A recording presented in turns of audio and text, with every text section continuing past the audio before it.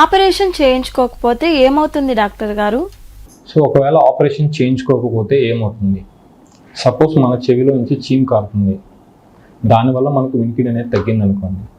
So మనం ఇప్పుడు operation చేయించుకోలేదు అంటే ఆ బెజ్జం అలానే ఉంది, మళ్ళీ మళ్ళీ ఇన్ఫెక్షన్ అనేది అవుతూ ఉంటుంది. ప్రతిసారి చీమ్ అనేది కారుతూ రెండవసారి వచ్చిన దానికన్నా మూడవసారి ఇన్ఫెక్షన్ అనేది ఇంకా ఎక్కువగా ఉంటుంది.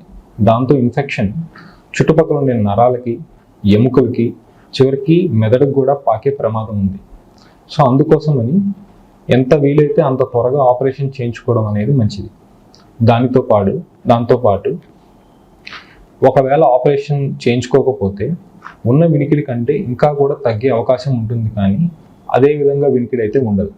కాబట్టి ఎంత వీలైతే అంత త్వరగా ఆపరేషన్ చేయించుకోవాలి. కాక్లియర్ ఇంప్లాంట్ సర్జరీ కనుక వస్తే అది 5 ఏళ్ల లోపల కనుక చేయించుకుంటే ఎక్కువ ఫలితం ఉంటుంది.